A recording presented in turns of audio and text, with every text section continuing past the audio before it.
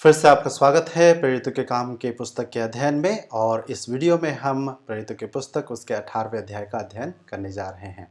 पिछले अध्याय में 17 में मुख्य रूप से हमने ये देखा था कि किस तरह से पौलुस संदर्भिकृत तरीके से अपने सुसमाचार के संदेश को अपने श्रोतागण के हिसाब से पेश करता है। और हमने ये भी देखा था कि हमें भी सुसमाचार को बिना समझौता किए संदर्भिकृत तरीके से पेश करना चाहिए, उस रूप में कि लोग उसे सुने भी और समझें और स्वीकार कर सकें। अध्याय 18।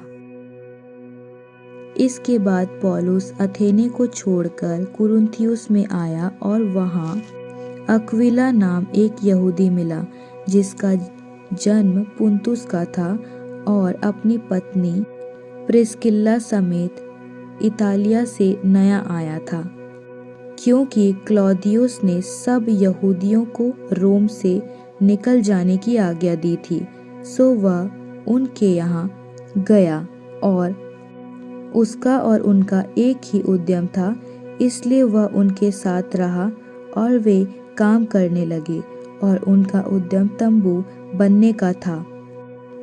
वह हर वक्त एक शब्द के दिन आराधनालय में वाद विवाद करके यहूदियों और यूनानियों को भी समझाता था। जब सिलास और तीमुथियुस मिकुदुनिया से आए तो पौलुस वचन सुनाने की धुन में लगकर यहूदियों को गवाही देता था कि यीशु ही मसीह है। परंतु जब वे विरोध और निंदा करने लगे तो उसने अपने कपड़े झाड़कर उनसे कहा, तुम्हारा लहू तुम्हारी गर्दन पर रहे, मैं निर्दोष हूँ। अब से मैं अन्य जातियों के पास जाऊंगा। और वहां से चलकर वह तीतुस युस्तुस नाम परमेश्वर के एक भक्त के घर में आया, जिसका घर आराधनालय से लगा हुआ था। तब आराधनालय के सरदार क्रिस्पुस ने अपने सारे घराने समेत प्रभु पर विश्वास किया और बहुत से कुरिन्थी सुनकर विश्वास लाए और बपतिस्मा लिया। और प्रभु ने रात को दर्शन के द्वारा पौलुस से कहा, मत डर, वरन कहे जा और चुप मत रह, क्योंकि मैं तेरे साथ हूँ और कोई तुझ पर चढ़ाई करके तेरी हानि ना करेगा, क्योंकि इस नगर में मेरे बहुत से लोग हैं। सो वह उनमें परमेश्वर का वचन सिखाते हुए 1.5 वर्ष तक रहा। जब गल्लियो अखाया देश का हाकिम था तो यहूदी लोग एका करके पौलुस पर चढ़ आए और उसे न्याय आसन के सामने लाकर कहने लगे कि यह लोगों को समझाता है कि परमेश्वर की उपासना ऐसी रीति से करे जो व्यवस्था के विपरीत है। जब पौलुस बोलने पर था तो गल्लियो ने यहूदियों से कहा, हे यहूदियों, यदि यह कुछ अन्याय या दुष्टता की बात होती तो उचित था कि मैं तुम्हारी सुनता, परंतु यदि यह वाद विवाद शब्दों और नामों और तुम्हारे यहाँ की व्यवस्था के विषय में है तो तुम ही जानो, क्योंकि मैं इन बातों का न्यायी बनना नहीं चाहता। और उसने उन्हें न्याय आसन के सामने से निकलवा दिया। तब सब लोगों ने आराधनालय के सरदार सोस्थिनेस को पकड़ के न्याय आसन के सामने मारा, परंतु गल्लियो ने इन बातों की कुछ भी चिंता ना की। सो पौलुस बहुत दिन तक वहां रहा। फिर भाइयों से विदा होकर किंखिरिया में इसलिए सिर मुंडाया क्योंकि उसने मन्नत मांगी थी, और जहाज पर सूरिया को चल दिया और उसके साथ प्रिस्किल्ला और अक्विला थे। और उसने इफिसुस में पहुंचकर उनको वहां छोड़ा और आप ही आराधनालय में जाकर यहूदियों से वाद विवाद करने लगा। जब उन्होंने उससे विनती की कि हमारे साथ कुछ दिन रह, तो उसने स्वीकार ना किया, परंतु यह कहकर उनसे विदा हुआ कि यदि परमेश्वर चाहे तो मैं तुम्हारे पास फिर आऊंगा। तब इफिसुस ने जहाज खोलकर चल दिया और कैसरिया में उतरकर यरूशलेम को गया और कलीसिया को नमस्कार करके अंताकिया में आया। फिर कुछ दिन रहकर वहां से चला गया और एक ओर से गलतिया और फ्रूगिया में सब चेलों को स्थिर करता फिरा। अपुल्लोस नाम एक यहूदी, जिसका जन्म सिकंदरिया में हुआ था, जो विद्वान पुरुष था और पवित्र शास्त्र को अच्छी तरह से जानता था, इफिसुस में आया। उसने प्रभु के मार्ग की शिक्षा पाई और मन लगाकर यीशु के विषय में ठीक ठीक सुनता और सिखाता था, परंतु वह केवल यूहन्ना के बपतिस्मा की बात जानता था। वह आराधनालय में निडर होकर बोलने लगा और प्रिस्किल्ला और अक्विला उसकी बातें सुनकर उसे अपने यहाँ ले गए और परमेश्वर का मार्ग उसको और भी ठीक ठीक बताया।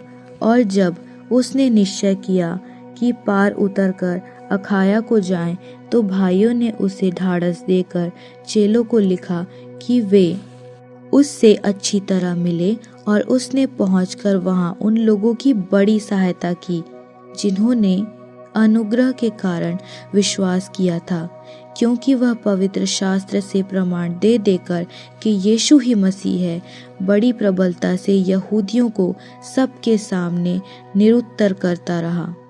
आइए हम अध्याय 18 के अध्ययन में आगे बढ़ें। पौलुस के द्वारा तय किए गए सभी जगहों में से कुरिन्थ सबसे अलग जगह था। पद 11 हमें यह बताता है कि वह कुरिन्थ में 18 महीने रहा। इस विवरण से हमें उसके पहले और दूसरे कुरिन्थ में उसके व्यक्तिगत लहजे का जानकारी मिलता है।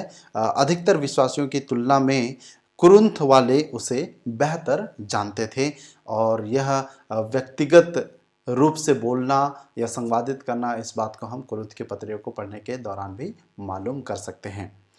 सिर्फ ऊपरी तौर से देखने पर पद 8 और पद 17 में विरोधाभास नजर आता है। आराधनालय का सरदार कौन था? क्रिस्पुस या सोस्थेनेस। लेकिन जब हम उसके वहाँ 18 महीने रहने की बात को ध्यान देखते हैं या ध्यान में रखते हैं, और यह तथ्य कि क्रिस्पुस विश्वासी हुआ, यह जानना आसान हो जाता है कि सोस्थेनेस एक नया नियुक्त किया हुआ अगुआ रहा होगा, जो क्रिस्पुस के ही कदमों पर चलकर विश्वासी हो गया। वास्तव में 1 कुरिन्थ 1:1 यह बताता है कि सोस्थेनेस प्रमुख ग्रहणकर्ता था। मसीह विरोधी यहूदी पौलुस के खिलाफ एकजुट होना चाहते थे, जिसके बारे में हम पद 12 से 17 में देख पाते हैं, लेकिन वे सफल नहीं हो पाए क्योंकि यह एक रोमी कानून का मुद्दा नहीं था। एक बार फिर हम पारंपरिक धार्मिक अगुवों की ओर से विरोध को यहाँ भी देख पाते हैं। पद 22 में हम पौलुस के दूसरे और तीसरे मिशनरी यात्रा में परिवर्तन को देख सकते हैं। एक बार फिर वह पहले मिशनरी यात्रा के दौरान स्थापित किए गए गलातिया के मंडली को दृढ़ करता है और नए सरहदों की ओर आगे बढ़ता है। इस बात में वाद विवाद है कि अपोल्लोस की समझ में क्या कमी थी। कुछ पेंतिकुस्त विश्वासी कहते हैं कि वह पवित्र आत्मा के बपतिस्मा के विषय में नहीं जानता था, और इसे ही प्रिस्किल्ला और अक्विला ने उसे पूरी तरह से समझाया, मगर वचन ऐसा नहीं कहता है। अधिक संभावना इस बात की है कि उन्होंने उसे पिता, पुत्र और पवित्र आत्मा के नाम से बपतिस्मा देना सिखाया, बजाय सिर्फ यूहन्ना बपतिस्मा के सिखाए मन फिराव के साधारण बपतिस्मा की तुलना में।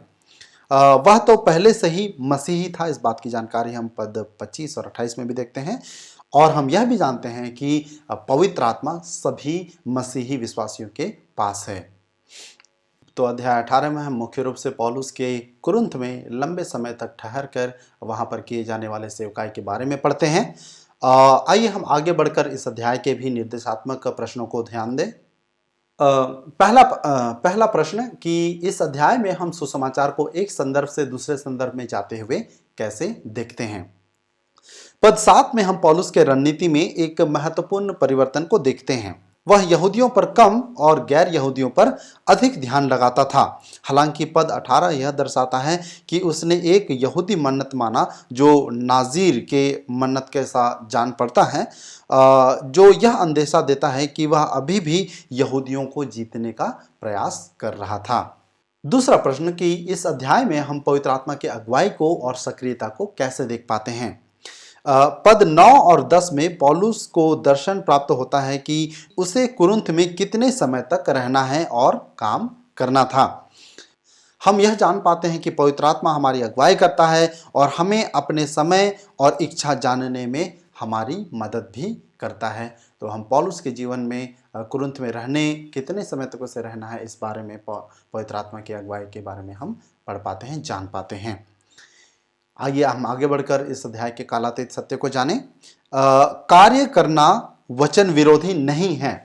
अक्विला, प्रिस्किल्ला और पौलुस सभी पेशेवर तंबू बनाने वाले थे, जिसके बारे में हम पद 2 और 3 में देखते हैं। उन्होंने कभी मंडली में से सहयोग पाया और दूसरे समय खुद अपना प्रबंध किया। कार्य परमेश्वर का हमारे लिए असली आज्ञा था या प्रारंभिक आज्ञा था। इसके बारे में हम उत्पत्ति उसके 2 के 15 में देख पाते हैं।